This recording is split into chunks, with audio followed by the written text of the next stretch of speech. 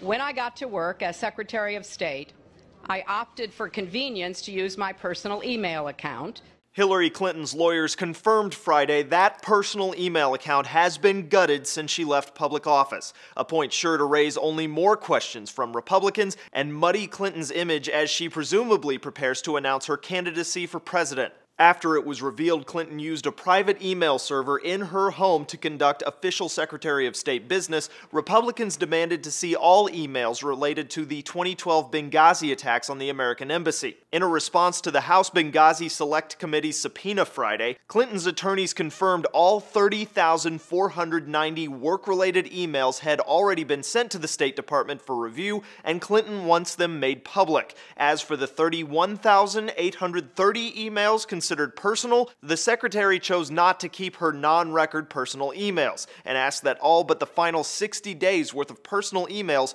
be wiped from the server. This potentially explains what Clinton meant when she seemed to offer two different answers during her press conference over what had happened to the personal emails. First, at the end, I chose not to keep my private personal emails. And then 9 minutes later, the server contains personal communications from my husband and me, and I believe I have met all of my responsibilities, and the server will remain private. On Friday, the Benghazi Committee's chair, Representative Trey Gowdy, said Clinton's unprecedented email arrangement with herself and her decision nearly 2 years after she left office to permanently delete all emails will lead he and his colleagues to consider more steps. Clinton's attorneys pointed out in the letter the State Department's Foreign Affairs Manual allows employees to decide which records should be preserved, but department policy also says you should conduct day-to-day business through a government account.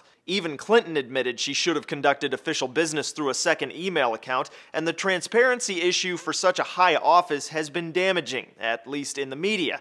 After all, we're now truly relying on her word and the word of her attorneys. Those deleted personal emails were in fact personal. It's something she was roundly criticized for 2 weeks ago.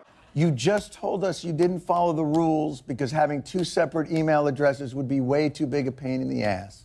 But you know what is a far bigger pain in the ass?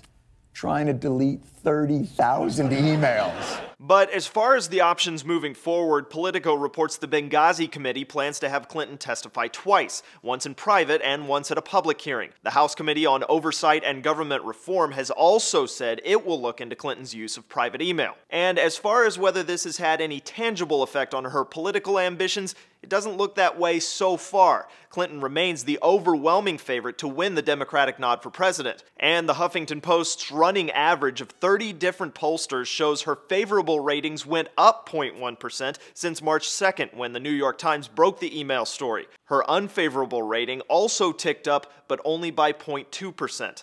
For Newsy, I'm Cliff Judy.